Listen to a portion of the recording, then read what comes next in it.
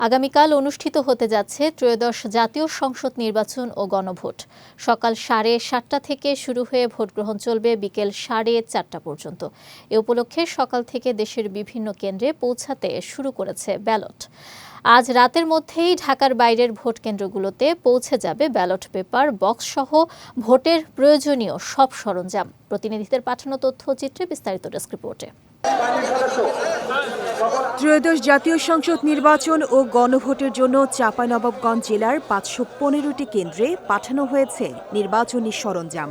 সকাল থেকে রিটার্নিং কর্মকর্তারা সংশ্লিষ্ট প্রিজাইডিং কর্মকর্তাদের কাছে বুঝিয়ে দেন ব্যালট পেপার ও বক্সসহ ভোটের প্রয়োজনীয় সব সরঞ্জাম। জেলার 3টি সংসদীয় আসনে মোট 16 জন প্রার্থী প্রতিদ্বন্দ্বিতা করছেন। মোট ভোটার রয়েছে 14,29,660। নরসিংদীতে 5টি সংসদীয় আসনের ভোট কেন্দ্রে নির্বাচনী সামগ্রী বিতরণ কার্যক্রম শুরু হয়। সকাল থেকে জেলা প্রশাসনের তত্ত্বাবধানে উপজেলাগুলোতে সংশ্লিষ্ট রিটার্নিং কর্মকর্তার কার্যালয় থেকে ব্যালট বাক্স, ব্যালট পেপার, সিল, স্ট্যাম্প সহ প্রয়োজনীয় সরঞ্জাম বুঝে নেন প্রিজাইডিং কর্মকর্তারা। নির্বাচনী সামগ্রী বিতরণ কার্যক্রম উদ্বোধন করেন সদর উপজেলা নির্বাহী কর্মকর্তা আসমা জাহান সরকার। এদিকে লক্ষ্মীপুরে ভোটের প্রস্তুতির অংশ হিসেবে সহকারী রিটার্নিং কর্মকর্তার কার্যালয় থেকে সংশ্লিষ্ট আসনের কেন্দ্রে কেন্দ্রে পাঠানো হয়েছে ব্যালট পেপার, বাক্সসহ নির্বাচনী সরঞ্জাম। দুপুরে লক্ষ্মীপুর সদর উপজেলার হলরুম থেকে নির্বাচনী সরঞ্জামগুলো বিতরণ করা হয়।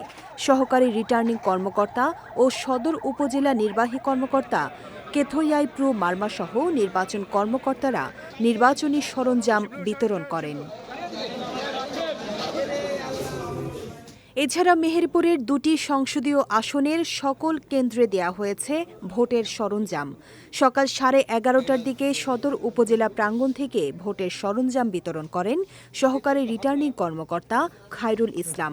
প্রিজাইডিং অফিসার ও সহকারী প্রিজাইডিং অফিসারের কাছে এই সকল সরঞ্জাম বুঝিয়ে দেন তিনি। মানিকগঞ্জের সাটুরিয়ায় ভোট গ্রহণের জন্য প্রয়োজনীয় সরঞ্জাম বিতরণ কার্যক্রম সম্পন্ন হয়েছে। আজ উপজেলা পরিষদ প্রাঙ্গণ বিতরণ কেন্দ্র থেকে প্রিজাইডিং কর্মকর্তা ও সহকারী প্রিজাইডিং কর্মকর্তাদের কাছে ব্যালট বাক্স, ব্যালট পেপার, সিল, স্ট্যাম্প, অমোচনীয় কালি, ভোটার তালিকা ও অন্যান্য প্রয়োজনীয় সামগ্রী বুঝিয়ে দেওয়া হয়।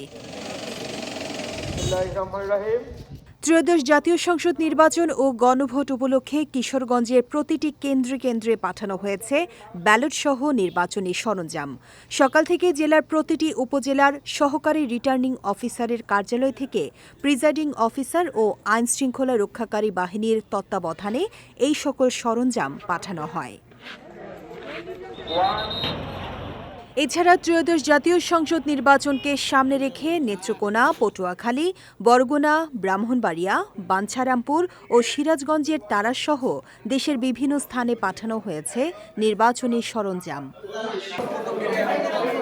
বিজয় টিভি নিউজ ডেস্ক।